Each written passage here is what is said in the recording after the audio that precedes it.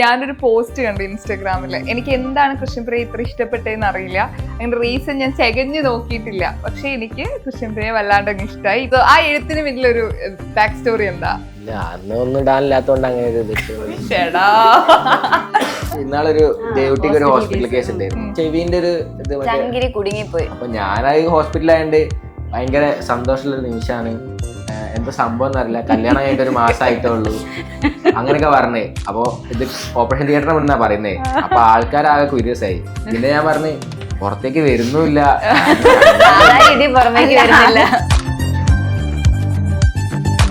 പ്ലേബട്ടൻ ഇവിടെ കാണുമ്പോ ആ ഒരു സന്തോഷം ഉണ്ടാവും. ഡെയിലി രാവിലെ പറയും കണ്ടോ. അതന്നെ ഇവളെടുത്ത് പറയാ കണ്ടുപിടിച്ചോ. കഷ്ടപ്പെട്ട് കഴിഞ്ഞാൽ നമുക്ക് നേട്ടം. അല്ല പണ്ട് ഇവര് പറയും ഞാൻ പഠിക്കൂലേ, എനിക്ക് പഠിക്കാൻ നല്ല വീക്കായ. അപ്പൊ ഇവരൊക്കെ പഠിക്കൂ, എല്ലാരും പഠിക്കും വീട്ടിലെ. ഞാൻ ഡെലിവറി ബോയ് ആയിന്. പിന്നെ വെൽഡിങ്, ഗ്രൈൻഡിങ്, കട്ടിങ്, ഡ്രില്ലിങ് ഇതൊക്കെ ഇരുന്ന പരിപാടി ഇൻഡസ്ട്രിയിൽ. ഒന്നുമില്ലാതെ സ്റ്റെക്കായി നിന്നപ്പോ തുടങ്ങിയ ഒരു പരിപാടിയാണ് യൂട്യൂബൊക്കെ. അപ്പൊ ഇതിൽ ഇത്ര എത്തുന്നൊന്നും ഇപ്പോഴും വിചാരിക്കുന്നില്ല. അപ്പൊ അങ്ങനെ ഒരു അപ്പൊ ഞാൻ അവിടെ ഇറക്കുമ്പോ ഇവളൊക്കെ എടുത്തില്ല ഇപ്പോഴും. ഇത് യൂട്യൂബ് ശരിക്കും സിമ്പിൾ ആയിട്ടുള്ള പ്ലാറ്റ്ഫോമാണ്. ഞാൻ ഇവിടെ പേജിൽ ഒരു 4 വീഡിയോ ഒക്കെ ഒരു ദിവസം ഇടും. വേറെ പണിയൊന്നുമില്ലെങ്കിൽ ഇങ്ങനെ എടുത്തിട്ടാൽ മതി, അത് റീച്ച് ആവുകയും ചെയ്യും. അപ്പൊ സംഭവം ഇത് ചെയ്യാനുള്ള മനസ്സാണ് എല്ലാത്തിലും വിളകെന്നാണ് ഞാൻ മനസ്സിലാക്കുന്നത്. 1154 വീഡിയോ ഇട്ട 100K 1 മില്യൻ്റെ ഇടയിൽ, പിന്നെ 3554 വീഡിയോ ഇട്ട് കഴിഞ്ഞാൽ 1 മില്യൺ പ്ലസ്. അതൊക്കെ ഒരു അനലറ്റിക്സ് ആണ് ഓൾറെഡി യൂട്യൂബിലുള്ള. യൂട്യൂബർ ആവാൻ ആഗ്രഹമുള്ളതാണെങ്കിൽ അത്ര വീഡിയോയിലേക്ക് ഫോക്കസ് ചെയ്യുക. അല്ല 10 വീഡിയോ ഇട്ട് ഞാൻ വീഡിയോ ഇട്ടല്ലോ എനിക്ക് റീച്ച് ഇല്ലല്ലോ എന്ന് പറഞ്ഞിരിക്കുന്നതിലും വേറെ അത്ര വീഡിയോ നിങ്ങൾ ഇട്ടോ. അമ്മച്ചനൊക്കെ ഭയങ്കര സന്തോഷമായി. എടാ ഇന്നെ വിളിച്ചിട്ടുണ്ട്, ബസ് കയറിയപ്പോ ഒരിനോട് ചോദിച്ച് എന്നൊക്കെ പറഞ്ഞ അമ്മച്ചൻ വിളിക്കും. ഈ എന്താക്കാ നമുക്ക് 1-2 വീഡിയോ കൂടെ എടുക്കണോ, ഒന്ന് ഉഷാറാക്കണോ. അപ്പൊ അച്ഛമ്മയും ഇവനെ കണ്ടില്ലെങ്കിൽ ഇങ്ങനെ ചോദിക്കും, നന്ദു വന്നില്ലല്ലോ, നന്ദു ഇപ്പൊ എന്താ വീഡിയോ എടുക്കാൻ വരാത്തത്. അപ്പൊ ഇവൻ ചെന്ന് കഴിഞ്ഞാൽ അമ്മ അപ്പൊ റെഡിയാ. ഒന്നുമില്ല, അവൻ അച്ഛമ്മയെ വാന്ന് പറഞ്ഞാൽ ഒരു വയ്യായികയില്ല, ഒന്നുമില്ല. അച്ഛമ്മ അത് എണീറ്റ് പോകുന്നു ഇവന്റെ പിന്നാലെ. കാരണം ആരില്ലാതെ നിൽക്കുന്ന ഒരു പോർഷൻ ഉണ്ട്. ഇപ്പൊ പാരന്റ്സിനൊക്കെ ആയാലും ഗ്രാൻഡ് പാരന്റ്സ് ആയാലും ഇവിടെ കെയർ ചെയ്യാത്തൊരു ടൈമുണ്ട്. എനിക്കതിന് ഒരുപാട് ടൈം അവർക്ക് വേണ്ടി ഉണ്ട് എൻ്റെ ലൈഫിൽ. അവർക്കൊക്കെ ഞാൻ ഉണ്ട് എന്നുള്ളൊരു തോന്നൽ എപ്പോഴും ഉണ്ട്. നല്ല ഫുഡൊക്കെ എടുത്തു വെച്ച് അതിന്റെ സൈഡിൽ ഒരു മോശമായിട്ടുള്ളൊരു സാധനം വിളമ്പിയ പോലെയാണ് നിന്നെ കാണുമ്പോൾ എന്നുള്ളൊരു കമന്റ് ഞാൻ ഇതിന്റെ കുറേ മുന്നേ വായിച്ചിട്ടുണ്ടായിരുന്നു. പല മോശം കമന്റുകളും വരും നിന്നെ കാണുമ്പോഴൊക്കെ, പലതും പറയാൻ മതിയാവും. അതൊന്ന് ശ്രദ്ധിച്ചിട്ടോ അത് നോക്കിയിട്ടോ വിഷമിക്കേണ്ട ആവശ്യമില്ല എന്നുള്ളത് ആദ്യമേ തന്നെ അവളോട് പറഞ്ഞിട്ടുണ്ടായിരുന്നു. അപ്പോൾ പിന്നെ ഇനി എന്തെങ്കിലും പറഞ്ഞാലും അത് ആ പറയുന്നവരെ മനസ്സല്ലേ. 2018 ശേഷം ഒരു വെള്ളപ്പൊക്കം വന്നു. അന്നപ്പൊക്കെ വീഡിയോ ഇട്ടപ്പോൾ കുറെ ആൾക്കാർ ഭയങ്കര നെഗറ്റീവ് കമന്റ്സ് ഒക്കെ കൊണ്ടുവന്നിട്ടുണ്ടായിരുന്നു. അപ്പൊ ഈ എന്താക്കുക ഇവിടുന്ന് വീഡിയോ സമയത്ത് വീഡിയോ എടുത്തിടുകയാണ്. നമ്മളെ പണിയൊക്കെ കഴിഞ്ഞുകൊണ്ട് നമുക്ക് എന്താ ചെയ്യാനുള്ള? ഒന്നും ചെയ്യാനില്ല, ഇങ്ങനെ ഇരിക്കുകയല്ലാതെ. ഇവിടെ ഞങ്ങൾ മാത്രല്ല, ഇവിടെ ഞങ്ങൾ 4 ഫാമിലി ഞങ്ങൾ അപ്സ്റ്റേറിൽ നിൽക്കുന്ന ആ സമയത്ത് ഞങ്ങൾ എല്ലാരും കൂടി ഇരുന്നിട്ട് ഞങ്ങൾ വീഡിയോ ചെയ്യണത്. ഞങ്ങൾ അതിൽ ഹാപ്പിയാ. പിന്നെ ഞങ്ങൾ അയ്യോ വെള്ളം വന്നല്ലോ അങ്ങനെ അത് പറഞ്ഞിരിക്കുന്നതാ മനുഷ്യന്മാർക്ക് ഇഷ്ടം. എന്താ അതിൽ കാര്യമുള്ള? ആ സമയത്ത് നമ്മൾ ആര് ഹെൽപ്പ് ചെയ്തു, നമ്മളെ കൂടെ ആരുണ്ട്, അതിലേ കാര്യമുള്ളൂ. ഇവന്റെ കല്യാണം കൂടുതൽ ആൾക്കാരോട് പറയാത്തതുകൊണ്ട് അതിന്റെ പിന്നില് ഞങ്ങളുടെ അടുത്ത് അല്ലാതെ തന്നെ ചോദിച്ച കുറെ ചോദ്യങ്ങളാണിത്. എന്തെങ്കിലും ഉണ്ടായിട്ട് നിങ്ങൾ വേഗം കല്യാണം കഴിച്ചതാണ്? ഓ ആ രീതി. ഞാൻ ശരിക്കും രജിസ്റ്റർ മാരേജ് ആയിട്ടാണ് പ്ലാൻ ചെയ്തത്. അപ്പൊ ഇതിപ്പോ വിളിച്ച് കുടുംബക്കാരെ കുറച്ച് ആൾക്കാരെ വിളിക്കണെന്ന് അതിന്റെ വിഷമമുള്ളൂ. പറഞ്ഞത് എന്താ വെച്ച് കഴിഞ്ഞാൽ കല്യാണം എന്ന് പറഞ്ഞാൽ എല്ലാരും കല്യാണം കഴിക്കുന്നുണ്ട്. എന്തിനാ ഇത് ആവശ്യമില്ലാതെ നമ്മളൊരു വലിയ സംഭവമാക്കിയിട്ട് പിന്നെ കടായി അങ്ങനെയായി. അതിന്റെ ഒന്നും ആവശ്യമില്ല.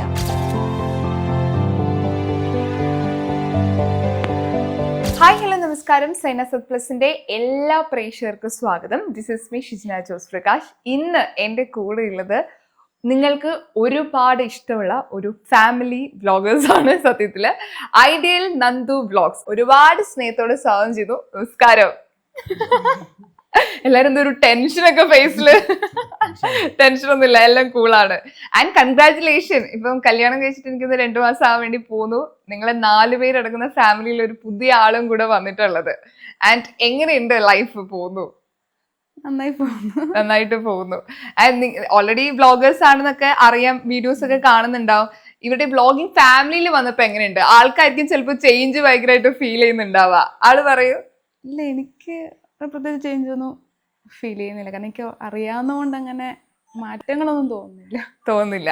ഓക്കെ. ഈ കല്യാണം കഴിഞ്ഞ് വന്നപ്പോ ആസ് എ പാരന്റ്സ് എങ്ങനെയുണ്ട് നന്ദു ചേട്ടന്റെ ഒരു ചേഞ്ച്? നന്ദുവിന് പ്രത്യേകിച്ച് മാറ്റമൊന്നുമില്ല. പിന്നെ ഇവരൊരു 5-6 വർഷമായിട്ടുള്ള ഇഷ്ടമാണ്. അപ്പം ഇവളിവിടേക്ക് വരും എന്നുള്ളത് നമുക്ക് ആദ്യമേ അറിയുന്ന കാര്യമാണ്. അപ്പം പിന്നെ ഇവള് കല്യാണത്തിന് മുന്നേ ഇവിടെ വരികയൊക്കെ ചെയ്തിട്ടുണ്ട് കുറച്ച് തവണ. അപ്പോൾ അതുകൊണ്ട് നമുക്ക് പരിചയമാണ്, അതുകൊണ്ട് കുഴപ്പമൊന്നുമില്ല. കല്യാണം കഴിഞ്ഞപ്പോ ഒരു ചേഞ്ച്, ഇപ്പൊ നമ്മൾ പ്രേമിക്കുന്ന സമയത്ത് നമുക്ക് ഓക്കെയാണ്, പക്ഷെ കല്യാണം കഴിച്ചപ്പോ എന്തെങ്കിലും ഒരു ചേഞ്ച് ഫീൽ ചെയ്തോ? കല്യാണം കഴിച്ചപ്പോ എപ്പോഴും കാണാൻ പറ്റുന്നുണ്ട്. ലോങ് ഡിസ്റ്റൻസ് ആയിന്. അപ്പൊ ഇപ്പൊ എല്ലാ ദിവസവും കാണണ്ടപ്പോ പോയി താഴേക്ക് പോയി കണ്ടാൽ മതി, അല്ലെ അവിടെ മുകളിലുണ്ടാവും, കാണാൻ പറ്റുന്നുണ്ട്. പണ്ട് കാണാൻ പറ്റില്ല, ഇനി ദൂരെ ഇനി അപ്പൊ കൊറേ ദൂരെ പോയി കാണുന്നതിന്. അപ്പൊ ഒരു 8-9 മണിക്കൂർ ട്രാവൽ ചെയ്താലേ ആളെ കാണാൻ പറ്റുക. അപ്പൊ ആലപ്പുഴയിലായോണ്ട്. ഈ ആലപ്പുഴയിലെ ആളെ എങ്ങനെ കാലിക്കറ്റിലേക്ക് വന്നു? എങ്ങനെയാ ഒരു കണക്ഷൻ?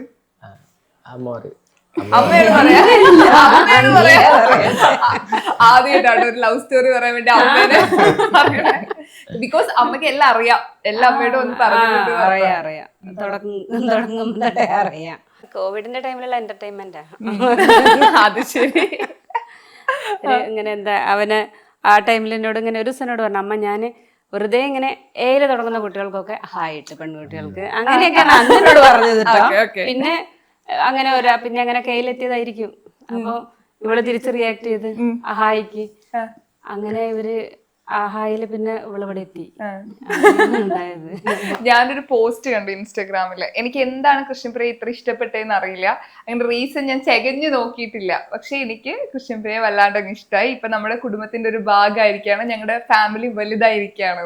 സോ ആ ഒരു എഴുത്തിൽ തന്നെ എല്ലാം ഉണ്ട്. സോ ആ എഴുത്തിന് പിന്നിലൊരു ബാക്ക് സ്റ്റോറി എന്താ? ഇല്ല, അന്ന് ഒന്നും ഇടാനില്ലാത്തോണ്ട് അങ്ങനെ.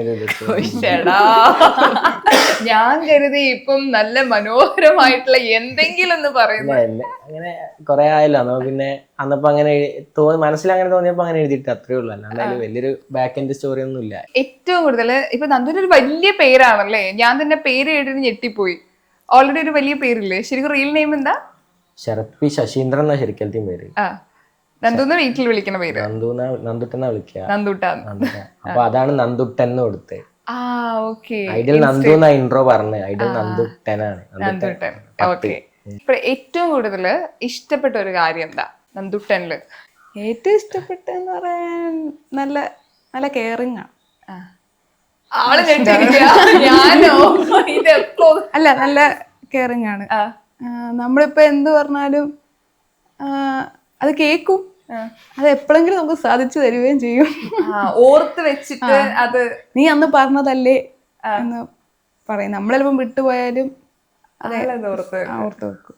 അമ്മയച്ഛനും കേക്കണ്ട, അമ്മച്ചതൊക്കെ ആദ്യമായിട്ടാ കേൾക്കണേ. ഞെട്ടിണ്ടാവും ഇതൊക്കെ. തിരിച്ച് ഇതേ ചോദ്യം അങ്ങോട്ട് ചോദിക്കുകയാണെങ്കിൽ കൃഷ്ണപ്രിയയിൽ ഏറ്റവും ഇഷ്ടപ്പെട്ട ഒരു കാര്യം എന്താ? അങ്ങനെയൊന്നും ഇല്ല, എല്ലാം ഇഷ്ടമാണ്. എടുത്തു പറയാൻ അറിയില്ല. എല്ലാം ഓക്കെയാണ്. നന്ദു ഇപ്പൊ പറഞ്ഞില്ലേ, ഞാൻ എപ്പോഴും നന്ദുവിന്റെ അടുത്ത് ചോദിക്കുന്ന ഒരു ചോദ്യം, എന്താ നിനക്ക് ഇവളെ ഇഷ്ടപ്പെടാനുള്ള കാരണം? എനിക്കറിയില്ല, എനിക്ക് കൃഷ്ണപ്രിയനെ ഇഷ്ടമാണ്. എനിക്ക് ദേവു എന്നാണ് വിളിക്കല്, എനിക്ക് ദേവുവിനെ ഇഷ്ടമാണ്. എനിക്ക് അത്രേ അറിയുള്ളൂ അമ്മേ, എനിക്ക് ഇഷ്ടമാണ്. അതെന്താന്ന് ചോദിച്ചാൽ എനിക്ക് അതിന്റെ അപ്പുറത്തേക്ക് അറിയില്ല, എനിക്ക് ഇഷ്ടമാണ്. അത് മതി അല്ലേ? ശരിക്കും ഈ സോഷ്യൽ മീഡിയ എന്ന് പറയുന്ന എപ്പോഴും വീഡിയോസ് ചെയ്യുമ്പോൾ ആളുകൾ എപ്പോഴും വീട്ടിൽ നടക്കുന്ന എല്ലാ കാര്യങ്ങളും അപ്ഡേറ്റ്സ് അറിയാണ്. സോ ഈ ഇപ്പൊ കല്യാണം കഴിഞ്ഞ് ഒത്തിരി നെഗറ്റീവ്സ് ഒക്കെ വന്നാൽ ആ സമയത്ത് ഫാമിലി എന്നുള്ളൊരു സപ്പോർട്ട് എങ്ങനെയായിരുന്നു ശരിക്കും കൃഷ്ണപ്രിയക്ക് കിട്ടിയത്? അതങ്ങനെ ആരും സീരിയസ് ആയിട്ട് എടുത്തില്ല. ജസ്റ്റ് നമ്മൾ കമന്റ് വായിക്കാറുണ്ട്, വായിച്ചത് അങ്ങോട്ട് വിടാറാണ്. എന്നോട് മൈൻഡ് ചെയ്യണ്ട, നോക്കണ്ട. അതിന് മുമ്പേ അമ്മ കല്യാണത്തിന് മുമ്പേ പറഞ്ഞിട്ടുണ്ടായിരുന്നു ഇങ്ങനെ കമന്റുകൾ വരും, പക്ഷെ അത് കാര്യമാക്കണ്ട, അതിനൊന്നും പറ്റി വലിയ ബോധപ്പെടാണ്ടെന്ന് പറഞ്ഞിട്ടുണ്ടായിരുന്നു. പക്ഷെ ഞാൻ അങ്ങനെ കേട്ടെങ്കിലും എനിക്ക് ആദ്യം വെച്ചപ്പോ ബുദ്ധിമുട്ടായിരുന്നു. പിന്നെ അത് അങ്ങനെയാണ്, നമ്മളെന്തിനാ ബാക്കിയുള്ളവർ പറയുന്നത് കേൾക്കുന്നതെന്നുള്ളൊരു മൈൻഡ് വന്നു. ഓൾറെഡി ഇപ്പം യൂട്യൂബിൽ ഇത്രയും സജീവമായിട്ട് നിൽക്കുന്ന ഒരു ഫാമിലി ആയതുകൊണ്ട് തന്നെ ഓൾറെഡി ഇത്തരം കമന്റ്സും നെഗറ്റീവും പോസിറ്റീവും ഒക്കെ വരും. സോ അത് നമ്മൾ റെഡി ആയിരിക്കണം എന്ന് അങ്ങനെ തോന്നിയിട്ടാണോ നേരത്തെ തന്നെ ഇൻഫർമേഷൻ കൊടുത്തത്? എന്താ ചോദിച്ചാലേ, എത്രയോ യൂട്യൂബേഴ്സിന്റെ ചിലരെ ഭാര്യമാരെ നമ്മൾ ഈ കണ്ണുകൊണ്ട് കാണുന്നതിന്റെ അപ്പുറത്തേക്ക് അവരിഷ്ടപ്പെടുന്നതിന് വേറെ കുറെ കാരണങ്ങൾ ഉണ്ടാകും. അപ്പൊ ആ കാരണങ്ങളൊന്നും നോക്കാതെയാണ് ഈ കമന്റ് ചെയ്യുന്നത്. അപ്പം ഞാൻ അതുപോലെ ഒരു യൂട്യൂബറെ വൈഫിനെ പറ്റിയിട്ട് കുറച്ച് മോശമായ രീതിയിൽ ഞാൻ വിചാരിക്കും ആ കുട്ടിക്ക് എത്ര വിഷമം തോന്നിയിട്ടുണ്ടാവും. നല്ല ഫുഡൊക്കെ എടുത്തു വെച്ച് അതിൻ്റെ സൈഡിൽ ഒരു മോശമായിട്ടുള്ളൊരു സാധനം വിളമ്പിയ പോലെയാണ് നിന്നെ കാണുമ്പോൾ എന്നുള്ളൊരു കമൻറ്റ് ഞാൻ ഇതിനെ കുറേ മുന്നേ വായിച്ചിട്ടുണ്ടായിരുന്നു. അപ്പോൾ ഞാൻ ആ കമൻറ്റൊക്കെ ഞാനപ്പോൾ അന്ന് നന്ദുവിളെ ഇഷ്ടപ്പെടുന്ന സമയത്ത് വലിയ യൂട്യൂബറോ അങ്ങനെയൊന്നും അല്ല. അപ്പൊ അവരല്ലാതെയല്ലേ ഇവർ ഇഷ്ടപ്പെട്ടതൊക്കെ. പക്ഷെ ഞാൻ കല്യാണമൊക്കെ അടുപ്പിച്ച സമയത്ത് കൃഷ്ണപ്രിയ ദേവ് ഇവിടെ വരുന്ന സമയത്ത് ഞാൻ ദേവനോട് പറയുന്നേ പല മോശം കമന്റുകളും വരും, നിന്നെ കാണുമ്പോഴൊക്കെ പലതും പറയാൻ മതിയാവും, അതൊന്ന് ശ്രദ്ധിച്ചിട്ടോ അത് നോക്കിയിട്ടോ വിഷമിക്കേണ്ട ആവശ്യമില്ല എന്നുള്ളത് ആദ്യമേ തന്നെ അവളോട് പറഞ്ഞിട്ടുണ്ടായിരുന്നു. അപ്പൊ പിന്നെ ഇനി എന്തെങ്കിലും പറഞ്ഞാലും അത് ആ പറയുന്നവരെ മനസ്സല്ലേ, നമ്മളത് കാണേണ്ട ആവശ്യമില്ലല്ലോ. പിന്നെ എൻ്റെ ഫാമിലിയിലുള്ളവരായാലും ഏട്ടൻ്റെ ഫാമിലിയിലുള്ളവരായാലും എല്ലാവർക്കും ഇവളെ ഇഷ്ടമാണ്, അത്ര നോക്കിയാ പോരെ. പിന്നെ മറ്റുള്ള കമന്റ് ചെയ്യുന്നവരുടെ കൂടെ അല്ലല്ലോ ജീവിക്കുന്നത്. അതെ, അത്രയല്ലേ നോക്കാനുള്ളൂ. അച്ഛൻ എങ്ങനെയായിരുന്നു ശരിക്കും? അല്ല, എനിക്ക് പ്രശ്നമൊന്നുമില്ല, അവന്റെ ഇഷ്ടമല്ലേ നമ്മുടെ പ്രധാനം. അതെ, ഒരു ഏട്ടത്തിയമ്മ വന്നിരിക്ക. അപ്പം വീട്ടിലിപ്പം ഒരു നമുക്ക് എപ്പോഴും ഒരു ചേച്ചിയോ അനിയത്തിയോ ഉണ്ടെങ്കിൽ നമുക്ക് പെൺപിള്ളേർക്ക് ഭയങ്കര രസമാണ് വീട്ടില്. അറ്റ്ലീസ്റ്റ് നമ്മുടേതായിട്ടുള്ള പേഴ്സണൽ സീക്രട്ട് പറയാം, ഔട്ട്ഫിറ്റ് ഷെയർ ചെയ്യാം, നമ്മുടേതായിട്ടുള്ള ഒരു സ്പേസ് ക്രിയേറ്റ് ചെയ്യാം. ഏട്ടത്തിയമ്മ വന്നപ്പോ എന്തായിരുന്നു? ഈ ശരിക്കും പറഞ്ഞ വലിയ മാറ്റം എനിക്ക് തോന്നിയില്ല. എങ്ങനെയാണോ മുന്നേ ഉണ്ടായിരുന്നത് അതേപോലെ തന്നെ എപ്പോഴും പോകുന്നുണ്ട്. പിന്നെ ചേച്ചി മുന്നേ അറിയാലോ, അപ്പൊ ഏട്ടൻ കല്യാണം കഴിക്കുന്നുണ്ട് ഒക്കെ അറിയായിരുന്നു. അപ്പൊ ചേച്ചി വന്നപ്പോ വലിയ മാറ്റം തോന്നിയില്ല. ചേച്ചി ഞങ്ങളുടെ കൂടെ തന്നെ നൈസായിട്ട് നല്ല രീതിയിൽ തന്നെ പോകുന്നുണ്ട്. പ്രത്യേകിച്ച് ഒരു മാറ്റമൊന്നും തോന്നിയിട്ടില്ല. ഈ വീഡിയോസ് ഓൾറെഡി ഇപ്പം ഫ്രണ്ട്സിന്റെ അടുത്തും പുറത്തുള്ള ഒരു റെസ്പോൺസ് എങ്ങനെയാ? എനിക്ക് ചോദിച്ചില്ല, എനിക്ക് വളരെ കുറച്ച് ഫ്രണ്ട്സേ ഉള്ളൂ. എന്റെ റൂംമേറ്റ്സ് ഒക്കെ എന്നെ കണ്ടപ്പോ അറിയായിരുന്നു എന്നൊക്കെ പറഞ്ഞു, അത്രേ ഉള്ളൂ. പിന്നെ എല്ലാരും നല്ല സപ്പോർട്ടാണ്. ഏട്ടന് കുറെ ഫാൻസ് ഉണ്ട്, ചേച്ചിക്ക് കുറെ ഫാൻസ് ഉണ്ട്. അങ്ങനെ എന്റെ ഫ്രണ്ട്സ് പറയും നല്ല അടിപൊളിയാണ് കേട്ടോ ഒക്കെ പറയും. അപ്പം കുറച്ചൊരു തിരക്കുണ്ട്, ജോലിക്ക് പോകേണ്ട സമയമായി, അതുകൊണ്ട് കൃഷ്ണപ്രിയ മൂവ് ചെയ്യാണ്. അപ്പൊ നമുക്ക് അടുത്ത തവണ കാണാം എന്തായാലും. നമ്മൾ എല്ലാവരും യൂട്യൂബ് ചാനൽ തുടങ്ങുന്നു, നമ്മളും യൂട്യൂബ് ചാനൽ തുടങ്ങുന്നു. അതിന്റെ ഒരു ഗ്രോത്ത് ഉണ്ടല്ലോ. ഇന്നിപ്പം സക്സസ്ഫുൾ ആയിട്ട് ആളുകൾ തിരിച്ചറിയുന്ന ഒരു യൂട്യൂബർ ആയിട്ട് മാറി നിൽക്കുന്ന സമയത്ത് എന്താ ഒരു ഫീല്? അത് ഒരുപാട് ആൾക്കാർ അറിയുന്നൊന്നുമില്ല, എന്നാലും കുറച്ച് ആൾക്കാർ അറിയുന്നുണ്ട്, അതിലൊരുപാട് സന്തോഷമുണ്ട്. പക്ഷെ എന്താ പറയാ, നമ്മളിപ്പോ ഇനി അത് മെയിൻറ്റെയിൻ ചെയ്ത് കൊണ്ടുപോകുന്നതാണ് ഭയങ്കര ബുദ്ധിമുട്ടെന്ന് തോന്നിപ്പോകും. കാരണം ഒരു വലിയ ടീമായാലും എന്തിവിടെ നടക്കുന്നുള്ളത് അല്ല ആൾക്കാർ അറിയുന്നത്, എന്താണ് ഔട്ട് കൊടുക്കുന്നത് മാത്രം ആൾക്കാരല്ല. അപ്പൊ ആ ഒരു ബുദ്ധിമുട്ട് എപ്പോഴും ഉണ്ട്. അമ്മയ്ക്ക് എന്താ തോന്നണേ? യൂട്യൂബില് ആദ്യം തന്നെ ഇവൻ തുടങ്ങിയത് ഐഡിയൽ നന്ദുട്ടൻ എന്ന് പറഞ്ഞ ആ ചാനലില് വീഡിയോ ചെറുതായിട്ട് ആ കോവിഡിന്റെ സമയത്താണ് ഇവൻ ഇങ്ങനെ, അതിന്റെ മുന്നേ ഇവൻ എത്രയോ വർഷം മുന്നേ ഒരു യൂട്യൂബ് ചാനൽ തുടങ്ങിയിട്ടുണ്ടെന്നുള്ളത് ഈ ഒരു ചാനലിന് വേണ്ടി പിന്നെയും വീഡിയോ എടുത്തിടുമ്പോഴാണ് ഞങ്ങൾ അറിയുന്നത്. അപ്പൊ അന്ന് വെറുതെ ഇവിടുന്ന് ഇങ്ങനെ വീടിന്റെ അകത്തുനിന്നുള്ള ഒന്ന് രണ്ട് കാര്യങ്ങൾ, ഒരു എന്താ ഒരു സൈക്കോ മമ്മിയോ, പിന്നെ എന്താണ് ഇവിടുന്ന് പാറു എന്റെ അനിയത്തിന്റെ മോള്, അവള് വന്നിട്ട് അവൾക്ക് അഭിനയിക്കാൻ ഭയങ്കര ഇഷ്ടമാണ്. അപ്പൊ അവള് ഇവിടെ കുറച്ച് ദൂരെയാണ്, ഒരു 1.5 കിലോമീറ്റർ അത്ര ദൂരെ അവളെ വീട്ടിലേക്കുള്ളൂ. അപ്പൊ അവളെ ഇടയ്ക്ക് ഇവിടെ വരും. അപ്പൊ അങ്ങനെ അവളെ കൂടെ ഒരു ബൗൾ എന്ന് പറഞ്ഞിട്ട് ഈ കുളത്തിന്റെ അകത്തുനിന്ന് മീനാണെന്ന് പറഞ്ഞിട്ട് ഒരു കുട്ടീനെ പറ്റിക്കുന്ന ഈ തവളമിട്ടലിനെ പിടിച്ചിട്ട് കൊടുത്തിട്ട് ഇത് മീനാണ് പറഞ്ഞിട്ട് ആ കുട്ടി അതിനെ മീനിന് തീറ്റയിട്ട് കൊടുത്ത് വളർത്തിയെടുത്ത് അപ്പൊ അത് പുറത്തേക്ക് ചാടുന്നത് കുഞ്ഞു തവളകളാണ്. അപ്പൊ അങ്ങനെ ഒരു വീഡിയോ അതൊക്കെ ചെയ്യാൻ വേണ്ടിയിട്ട് ഇവന്റെ ടൈം എന്ന് പറഞ്ഞു കഴിഞ്ഞാല് വീഡിയോ എടുത്ത ശേഷം ഇവൻ ഇത് എഡിറ്റ് ചെയ്യാൻ വേണ്ടിയിട്ട് ഇവൻ ഇരുന്നിട്ട് എത്ര സമയം, എന്താ വെച്ചാൽ ഒന്നും അറിയൂല. എഡിറ്റ് ചെയ്യുന്ന കുറെ എന്തൊക്കെയോ അറിയാന്നല്ലാതെ അത് റെൻഡർ ചെയ്യണം അങ്ങനെയുള്ള കാര്യങ്ങളൊന്നും ഇവൻ അറിയൂല. ഓരോരോ ഭാഗങ്ങൾ എടുത്തു കഴിഞ്ഞാൽ എത്ര പ്രാവശ്യം ഇവൻ ആ വീഡിയോ മുഴുവൻ കട്ട് ചെയ്ത് എടുത്തു വെക്കും, എന്നിട്ട് നോക്കും പിന്നെ ഒന്നും ഉണ്ടാവില്ല. പിന്നെ ഇത് ചെയ്യാം. അങ്ങനെ 2 ദിവസം ഈ കുട്ടി ഇരുന്നിട്ട് ഒരൊറ്റ ഒരു ഷോർട്സ് എഡിറ്റ് ചെയ്യുക. ഞാൻ അപ്പോഴൊക്കെ പിന്നെ കുറേ ആൾക്കാരെ വിളിച്ചു, അറിയുന്ന ആരൊക്കെയോ വിളിച്ചു, ആരോടൊക്കെയോ ചോദിക്കും, കുറച്ച് പറഞ്ഞുതരുമോ ഇതെന്താ ചെയ്യണ്ടേ. പിന്നെ ഇവൻ ഇരുന്ന് യൂട്യൂബിൽ വീഡിയോസ് കണ്ട് ഇവന്റെ ഒരു 2-3 വർഷം ഇവൻ ഈ വീടിന്റെ ഉള്ളിൽ, ആ റൂമിന്റെ ഉള്ളിലായിരുന്നു ഇവൻ ഇരിക്കുക.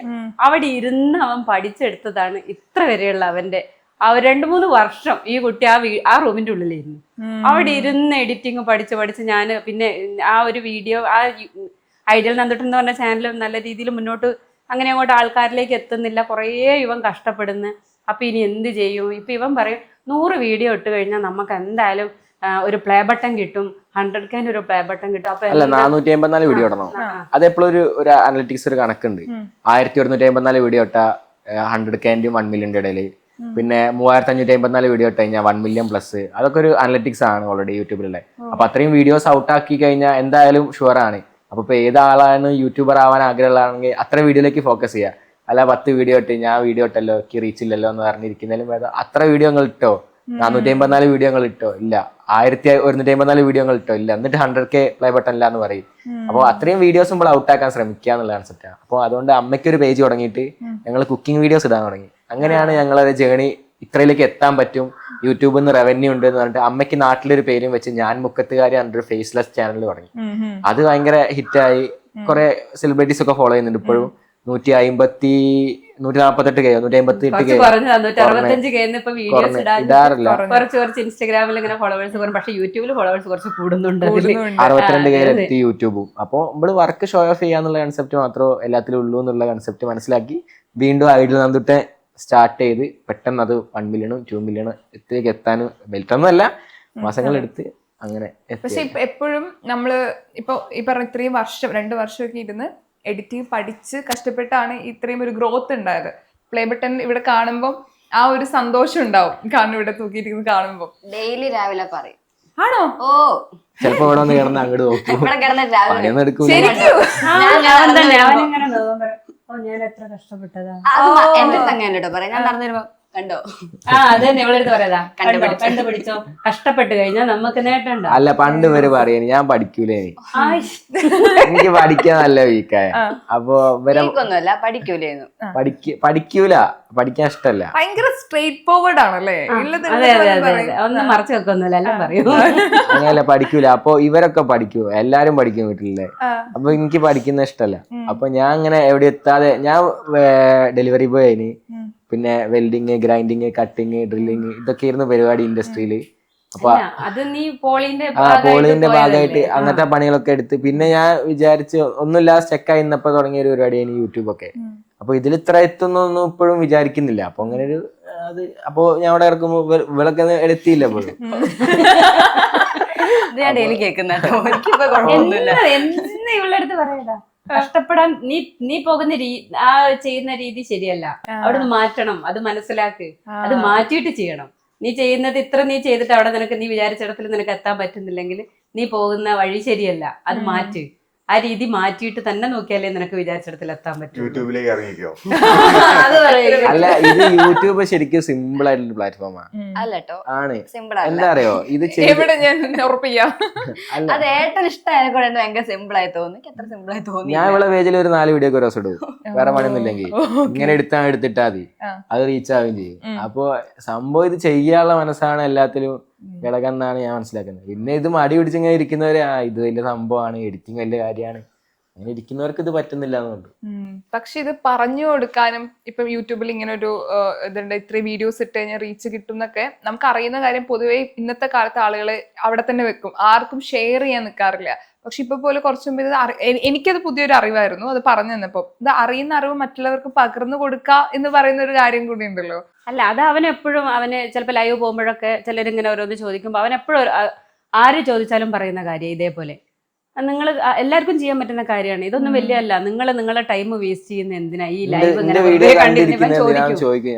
ഇവനെപ്പോഴും ചോദിക്കും, നിങ്ങള് ചാനൽ തുടങ്ങി നിങ്ങൾക്ക് സക്സസ് ആവാ, നിങ്ങൾ ചെയ്യേ, നിങ്ങൾക്ക് വേണ്ടിട്ട് വർക്ക് ചെയ്യാം. കമന്റ് ബോക്സിൽ നെഗറ്റീവ് അടിക്കുന്നവരായാലും നേരിട്ട് കാണുന്നവരുണ്ടാവും. ഞാൻ നാട്ടുകാരൻ എന്ന രീതിയിൽ നന്ദിട്ടം വ്ളോഗ് എന്നെ ഭയങ്കരമായിട്ട് എസ്റ്റാബ്ലിഷ് ചെയ്തിട്ടുണ്ട്. നാട്ടിൽ പുറത്തേക്ക് ഇറങ്ങിയ എല്ലാവർക്കും, നാട്ടിലുള്ളവർക്ക് നല്ലോണം അറിയാം നന്ദിട്ടം വ്ളോഗ്.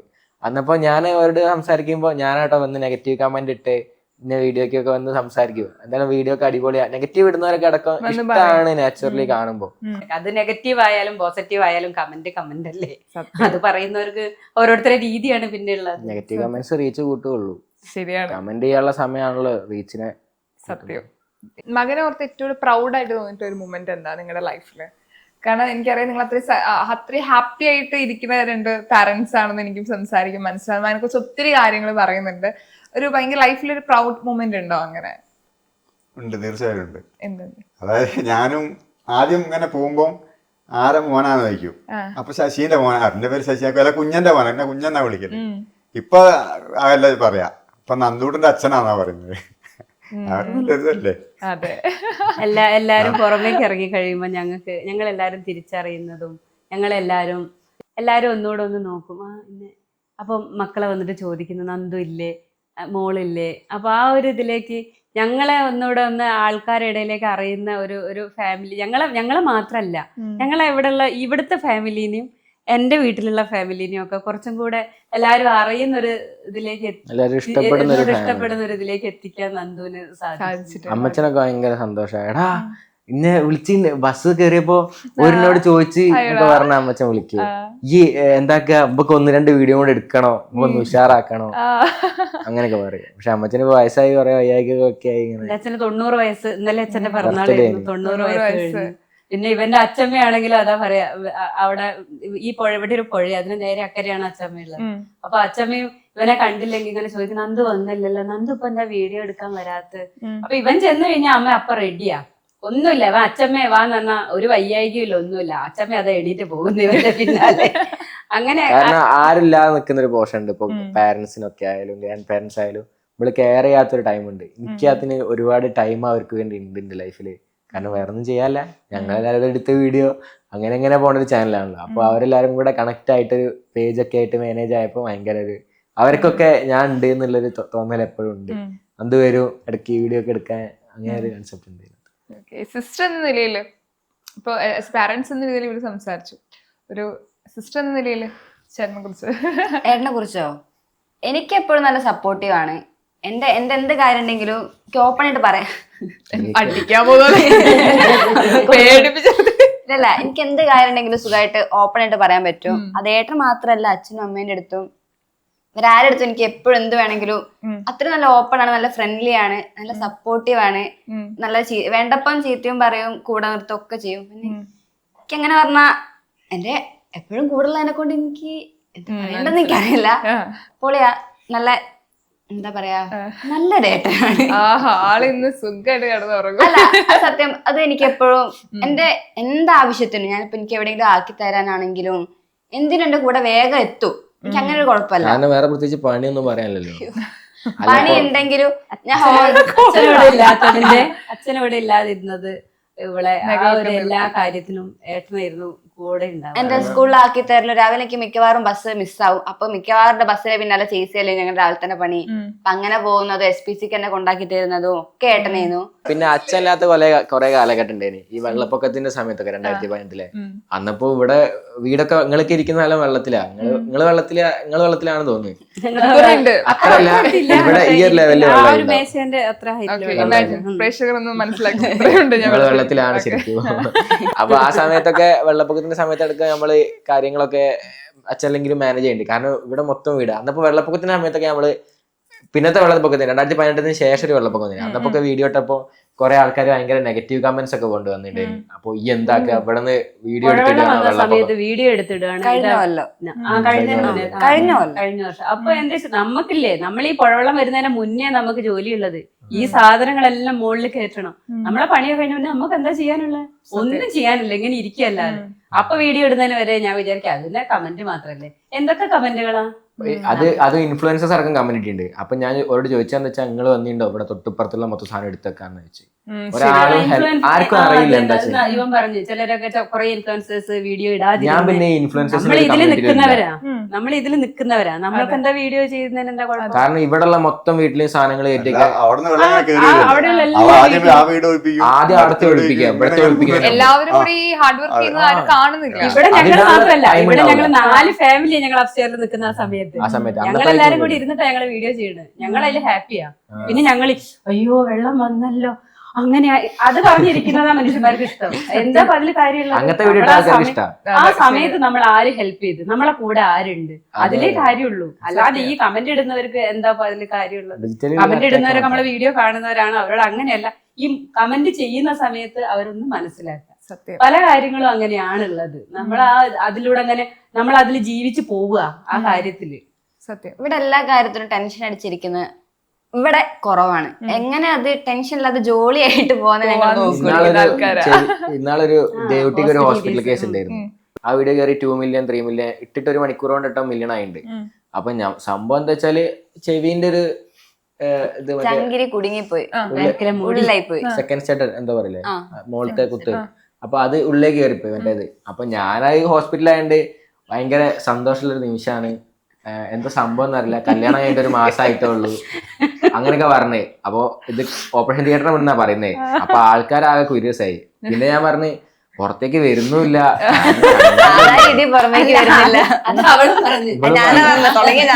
പുറത്തേക്ക് വരുന്നു. അപ്പൊ ആൾക്കാർക്കാകെ ഡൗട്ട് ആയത് ചങ്കിരിന്റെ കഥയാണ് സംഭവം. ഇമ്പളാടെ പോ എന്തിനാ ടെൻഷൻ അടിക്കുന്നത്?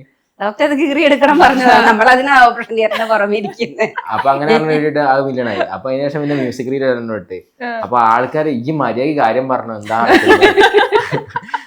അങ്ങനെ. ശരിക്കും അതാണ് ആ കാതിന്റെ പിന്നെ അവിടെ കീറി പിന്നെ അടുത്ത വീഡിയോ അമ്മ ഇൻട്രോ അമ്മ പറഞ്ഞു നിങ്ങളെ കല്യാണം ലേറ്റ് ആവാൻ കാരണം അതല്ലേ പിന്നെ തുടങ്ങിയില്ലേ, പിന്നെ ഷെയറായി. ഞങ്ങൾക്ക് വേറെ പണിയൊന്നുമില്ലല്ലോ.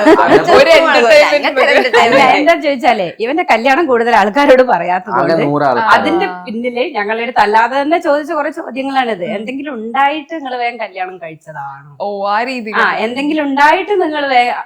അപ്പൊ ഞാൻ വിചാരിക്കണേ ഇവരെ കല്യാണം ഒരു 5-6 വർഷമായിട്ടുള്ള ഇഷ്ടമാണ്. ഞങ്ങൾ കഴിഞ്ഞ മുന്നേത്തെ വർഷം അവളെ വീട്ടിൽ പോയതാണ്. അവിടുന്ന് അവര് ആൾക്കാരെ വിളിക്കുന്ന ഇഷ്ടം. അവരവിടുന്ന് ഇവിടെ വന്നതാണ്. അങ്ങനെയൊക്കെ തീരുമാനിച്ച് ഞങ്ങൾ ഡേറ്റ് ഉറപ്പിച്ച് അങ്ങനെ വന്നൊരു കല്യാണം തന്നെയാണ് ഇവന്റെ. ശരിക്കും അതിലും ചെറിയൊരു കല്യാണമായിട്ടാണ് ഏട്ടൻ പ്ലാൻ ഞാൻ ചെയ്തത്. ശരിക്കും രജിസ്റ്റർ മാരേജ് ആയിട്ടാണ് പ്ലാൻ ചെയ്തത്. അപ്പൊ ഇതിപ്പോ വിളിച്ച് കുടുംബക്കാരെ കുറച്ച് ആൾക്കാരെ വിളിക്കണെന്ന് അതിന്റെ ഒരു വിഷമേ ഉള്ളൂ.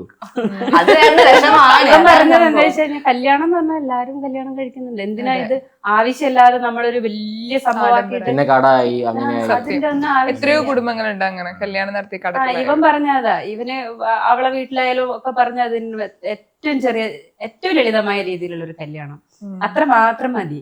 ഞാൻ എന്തായാലും എനിക്ക് അവളെ ഇഷ്ടമാണ്, അവളെ ഞാൻ കല്യാണം കഴിക്കുകയാണ്. പിന്നെ എന്തിനാ ഇത് ഇത്രയും പിന്നെ വലിയ ആ ആഗ്രഹമായിരുന്നു കുറച്ചുകൂടെ ആൾക്കാർ വേണം, വേണം. ഓക്ക് ഇങ്ങനെ ഒരുങ്ങിയൊക്കെ വരണോ. ഞാൻ പറഞ്ഞു ഞാൻ രാവിലെ ട്രൗസർ ഇട്ട് വന്ന് കല്യാണം ഞാൻ ട്രൗസറും ടീഷർട്ടും ഇട്ട് രജിസ്റ്റർ ഓഫീസിൽ പോയിട്ട് ഒപ്പിട്ടിട്ട് അവളെ പോന്നാ മതി എന്ന് പറഞ്ഞു. ഏട്ടൻ പറഞ്ഞു ഓ മതി അങ്ങനെ മതി മോനെ. അച്ഛൻ സൂപ്പർ, എല്ലാവരും സപ്പോർട്ട് ചെയ്യുന്നുണ്ട്. ടെൻഷൻ അടിക്കണ്ടല്ലോ. അതിനൊരു പരിപാടിയില്ലെങ്കിൽ അത്രയും സന്തോഷം അച്ഛനാണെന്ന്. അതാ പറയാ നമ്മൾ എന്തിനാ വെറുതെ ഈ കാര്യത്തിലൊക്കെ ടെൻഷൻ ആവുന്നത്. അതൊക്കെ വളരെ സിമ്പിൾ ആയ ടെൻഷൻ ആവണ്ടല്ലോ. അത് സിമ്പിൾ ആയി പുറമെ വിളിക്കാൻ നമ്മൾ അവരൊക്കെ കെയർ ചെയ്യണ്ടേ. അതെ, ഇത് നമ്മള് അധികം ഒരു പ്രശ്നമില്ല. റിസർച്ച് പോണ് പരിപാടി സിമ്പിൾ ആയിട്ടാണ്. സിമ്പിൾ ആയിട്ട് ഇതിപ്പോ 100 ആളെ പരിപാടി ഉണ്ടായിരുന്നു. അവര് വന്നവരും കൂടെ കൂടിയിട്ട് 100 പരിപാടി ആൾക്കാരുണ്ട്. മാത്രം. ഞാൻ നമുക്കൊരു ടാസ്ക് തരാം. ഓക്കെ, അഭിനയം ഇഷ്ടമുള്ള ഒരാളാണ്, അങ്ങനെ സിനിമയിൽ ഒരു ചാൻസ് കിട്ടാണ്. ഒന്നുമില്ല, ഇതാണ് കഥ. അതായത് അച്ഛനോട് നമുക്ക് ഒരു ഇഷ്ടമുണ്ട്, ഓക്കെ, അത് പറയാൻ പറ്റുന്നില്ല. പക്ഷെ ഒരു സമയം സന്ദർഭം കിട്ടിയപ്പോ അച്ഛനോട് ആ ഇഷ്ടം തുറന്നു പറയാണ്. നല്ല സമയം. ഇത്രയും പ്രായം എത്തിയപ്പോഴാണ് ഇത്ര ഏജ് ഉള്ള ഒരു ക്യാരക്ടേഴ്സാ രണ്ടുപേരുടെ. അല്ല എന്റെ കല്യാണം കഴിഞ്ഞ ശേഷം ഞാൻ രണ്ടുപേര് കല്യാണം കഴിച്ചിട്ടില്ല, പിള്ളേരും വീഡിയോ ചെയ്യാൻ നോക്കിയതാ. രണ്ടുപേര് കല്യാണം കഴിച്ചിട്ടില്ല. കുറച്ച് ഏജ് ആയി. അപ്പൊ ഒരു ഇഷ്ടമുണ്ട്. അപ്പൊ കുറെ വർഷങ്ങളായിട്ട് കാത്തിരുന്ന ആള് വീണ്ടും കണ്ടുമുട്ടാണ് നിങ്ങള്. ഓക്കെ, നിങ്ങൾ കണ്ടിട്ടില്ലല്ലോ, പ്രപ്പോസൽ ആണ്. രണ്ട് മക്കൾക്കും നേരെ നോക്കുക. മക്കൾ എന്തിനാ പോയി ആയിക്കോട്ടെ. ഓക്കെ, അതില്ലേ ഞാൻ കുറേ വർഷങ്ങൾക്ക് മുന്നേ പറയണം വിചാരിച്ചൊരു കാര്യമായിരുന്നു. ഇപ്പൊ നമുക്ക് ഇത്രയും പ്രായം എത്തി ഈ ഒരു സമയത്ത് കല്യാണം കഴിച്ചില്ലല്ലോ. അല്ല, കല്യാണം കഴിച്ചില്ല. നീ ആയിരുന്നു ഇതുവരെ മനസ്സിൽ അന്ന് തുടങ്ങിയുണ്ടായിരുന്നു. പിന്നെ എന്താ ഇതുവരെ പറയാതിരുന്നു? പറയാനത് എന്താ വെച്ചാൽ സാഹചര്യം ഒത്തില്ല, അതാണ്. നമുക്ക് നിർമ്മിച്ച് ജീവിച്ചൂടെ? തീർച്ചയായും. ആരോഗ്യക്കുകയാണ് സുഹൃത്തുക്കളെ. അച്ഛനും ഗംഭീരമായിട്ട് അഭിനയിക്കുന്നുണ്ട്. ഇനി ഡയലോഗ് ഡയലോഗ് പറഞ്ഞു കൊടുക്കണം. കണ്ണ് പറയുന്നുണ്ടല്ലോ.